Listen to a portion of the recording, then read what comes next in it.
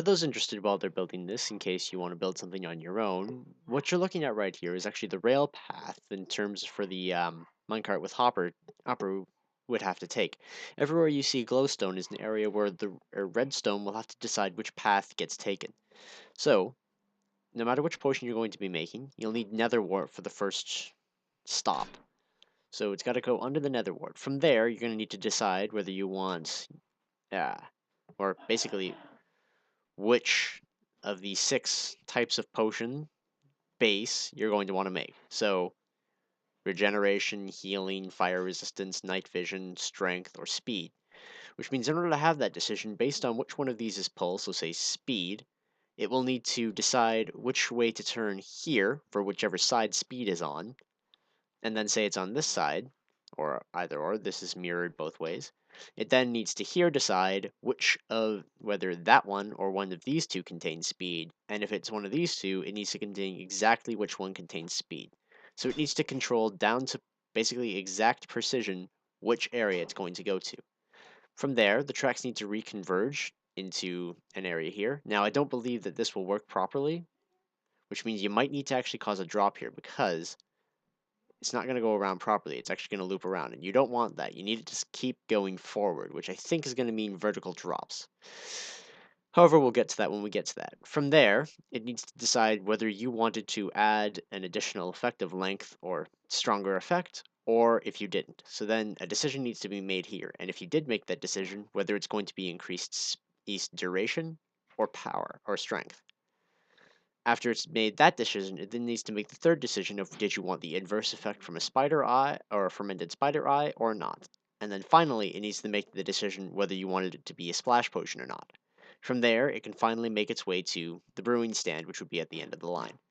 So, with that in mind, let's start working on building all of this. Alright, so in terms of totally building this heroes, we've got to build it in reverse order. So we have to actually start from the bottom. I mean, you could theoretically go down, but it'd be much more difficult, and on this flat world, we're going to have to build up anyway. So I'm going to explain the final bit is the brewing stand, or at least what I've got of it so far. So, yeah, there's our brewing stand right there, and it's surrounded by a number of contraptions. This one here will eventually be, if I grab up some of the brewing supplies, we'll need water bottles, obviously. And for this demonstration, I'm going to use some redstone for length, some nether wart, obviously, to make it an actual potion, and I don't know, what's another example? Yeah, we'll make a potion of regeneration with extra length. All right, so the deal is eventually these things will have come from here, and we'll demonstrate that later, but their final destination is going to be up top here, which is going to be, I'll demonstrate it in a bit. The water bottles are going to have to come in here, which means we're going to need to have a separate line that puts water bottles in there. What was I doing before? Okay, no, it just glitched out. All right, so there's going to need to be a separate line to put water bottles in, which is going to be probably coming from this side. I don't know, and then I'll figure that out in due time. But we need that there for water bottles, and this here for our ingredients in order. Now, while the brewing stand is, there's a pulse length detector, I think is what it was called. I don't remember. I found it on the Minecraft forums. I can't think of who had posted it up. It was somebody asking about it. So anyway, now what'll happen is while that's brewing, it'll actually go through all of our ingredients first. The time it takes for the hopper to send an item down to the brewing stand isn't sufficient enough to, or isn't 5 ticks, so it can't actually make this piston go off again. I put the mine rail there just so it can go there for the moment. But how this detection is going to work is once all of our ingredients are done going through the brewing stand, which it's on the last one now, the redstone for the length, what'll happen, like no matter how many ingredients you put in there, you could put 1 and this will work. That minecart just has to come there after things go. It'll drop our hopper minecart there, which will detect exactly once all 3 potions are in with the length of this signal loop. I could probably put another one of these things in there where I've got it so that this doesn't have to be so far away, where I'm actually got this on subtraction mode. So while it's got just the bottles, it'll go here, but while it's got another ingredient, it'll allow for this, so it'll detect when the bottles are there and otherwise. I also want to eventually hook this bit up here for having the just bottles segment to our clock on the other side, which is going to be a whole nother project altogether. All in all, this is going to be huge, I think, in the end, but it'll do everything. But anyway, after that's done, it'll push your minecart with Hopper off to go and pick up your potions, wait until they're done, and then deliver them to whatever aforementioned location you have afterwards. So that's this segment, and now I'm going to work my way up to basically how I'm going to get water bottles there, our ingredients there, and our second Hopper minecart there. So I'll be back when I'm done. Alright, just a little update, keeping up with the tracks now that we've done our first little segment. Adding water bottles complicates the situation, because now we have this secondary line that needs to run, which basically needs to pick up 3 water bottles, or however many for the potions you want to be doing. For our device, it does 3 at a time, which, saves resources. Unless, you want to get weird and crafty, but I'm not going to worry about that right now.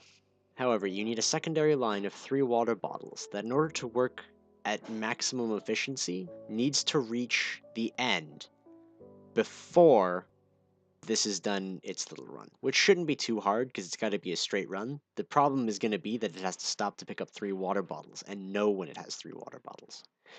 So one way is that you could obviously do the same kind of thing where we've got here, where it can drop by 3 chests, or, because, efficiency is all the rage, find a way that all 3 can be on the same stop.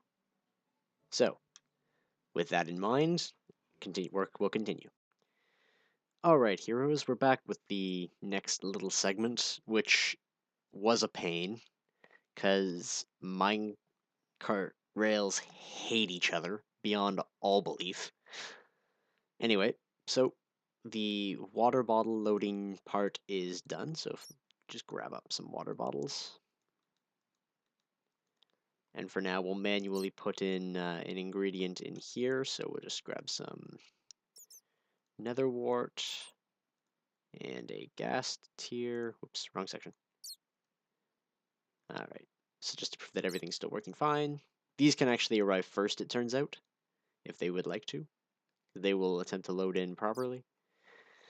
And then, so far, this is kind of the path for water bottles. Alright, so they will come in from another source down to here. Trip that wire, which will move that piston back, which has to knock it all the way down there, otherwise it starts interfering with the tracks around here and gets a pain. So it's got to go all the way down there and come under the wiring, however you want to do it. This is kind of like a temporary setup. I'm not sure. I might shrink it somewhat, maybe try to have it come up around here to save some horizontal space. But anyway, I've got it come up here, and then the empty one, because it has unloaded all of its water bottles, will drop down to the segment here and await for potions to be done. Once they are, it'll push down.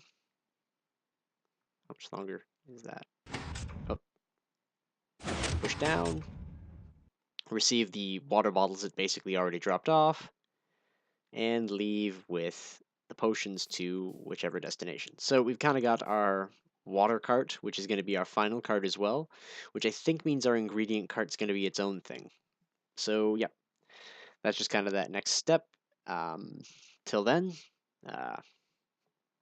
well, see you when I get back, or, I think actually, I filmed enough. I'm going to call the episode here as part 1 of, or part 3, I guess, because this entire system overall is just using the same couple of circuits I'm trying to demonstrate.